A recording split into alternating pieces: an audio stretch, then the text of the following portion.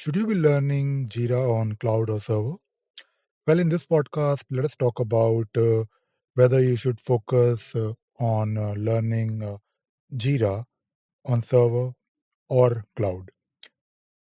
If you're new to Atlassian Word and you have just started using Jira, maybe you're required to learn it for your job, or maybe you are trying to build your career into Atlassian domain, then the very first question that might come to your mind would be to learn these tools, especially Jira, which is, of course, one of the main tool from Atlassian, and whether you should be learning Jira on cloud or server.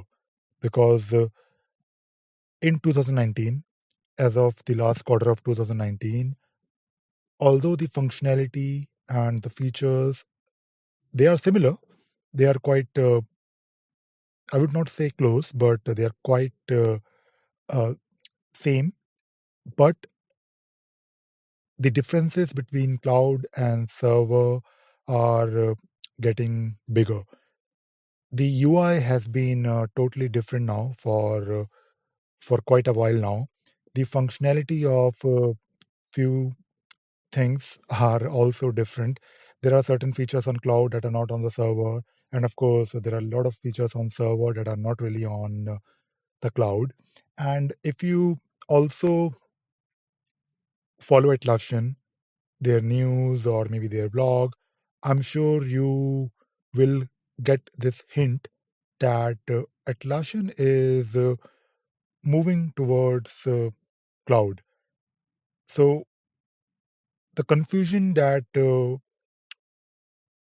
will probably be same for almost every new Atlassian or Jira user or someone who is interested in learning these tools, whether you should start learning on cloud or server.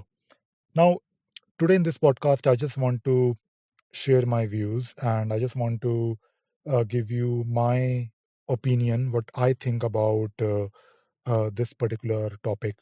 Well, I think if Atlassian is moving towards cloud, they will definitely focus on server because when it comes to big enterprise clients with big instances of Jira, not everyone would be interested in going to cloud. There will be a lot of companies, enterprise level companies, mostly big companies, and maybe someone who is just focused on keeping their data with them. They don't want to use the cloud. Server will always be there, so I think that is something that you should keep in mind. The server version of the tool will always be there. It will always be developed, and Atlassian will keep on developing it. So that is definitely clear. At the same time, cloud will also grow. There will be a lot of companies who just want to use Jira along with Confluence. Maybe they also want to use Bitbucket. They can do everything on cloud, and it takes literally few minutes to set up these instances, and you are up and running. And of course, you can customize it further whenever you want. And to get started with these tools on the cloud is much simpler, easier, and faster uh, when you do it, of course, on the Atlassian cloud.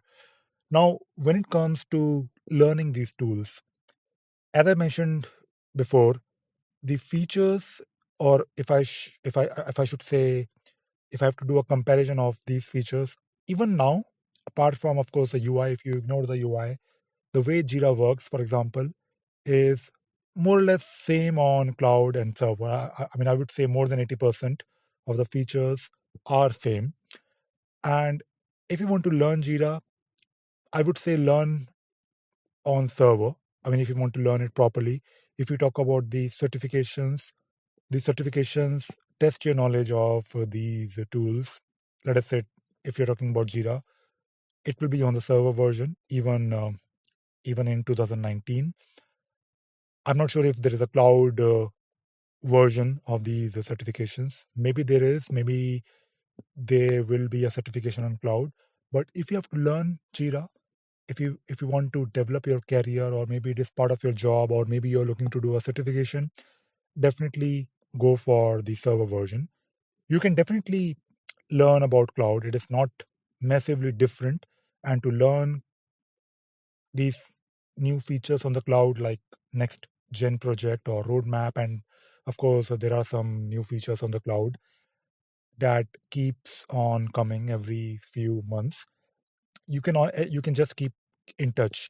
If you're not supposed to administer a cloud instance of Jira, then just focus on the server version. From time to time, you can sign up for any evaluation version of cloud and just take a look and understand the features. This is what I do. Every other month, I just sign up for a weekly evaluation of Jira Cloud, and I take a look at different features that are probably different or new. And most of the features are, as I mentioned before, they are same. But every now and then, if there's a new feature, you can quickly spin up a new instance of cloud. You can sign up for a free evaluation version for 1 week, and you can take a look. And I think it is enough time. And when you go further into the features, like the customization part of Jira, they are more or less same.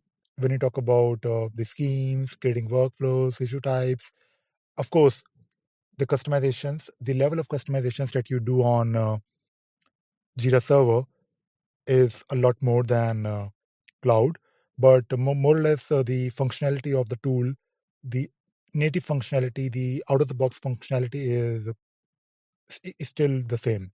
So if you have to learn Jira, then I think you should not hesitate learning it on server. Don't worry about the cloud part. You can maybe once you have some knowledge, once you have some comfort level of administering Jira on server, if you evaluate this cloud version, you won't find it massively different. So for learning purpose, start with Jira Server, but it is always good to be aware of these new features that come every now and then on the cloud version. This is what I do. This is what I have to do because it is part of my job. But if you are worried about whether you will miss something, then every 6 months, if you just spin up a new instance of cloud and take a look, then I think that should be enough. So this is all I wanted to talk about in this podcast. I hope this information was useful. Please subscribe to my podcast, and if you have any questions, if you have any doubts, if you want to give me feedback, you can always reach out to me. And if you want to follow my YouTube channel, I post regular videos. In fact, few videos every week. Sometimes I post a video every day, but it is at least 3 or 4 videos every week that I post on, of course, Atlassian tools like Jira, and I focus mostly on Atlassian on my YouTube channel. So feel free to subscribe if you want to learn about Atlassian tools. And this podcast is more about sharing my views and talking to you guys casually about my views on different topics. And do let me know if you want me to share my views on something that you want to learn, or maybe you are not sure about. I'll definitely keep it in my list, and I'll probably create a podcast or a video about it. So thank you very much once again for listening to this podcast, and have a nice day. Bye.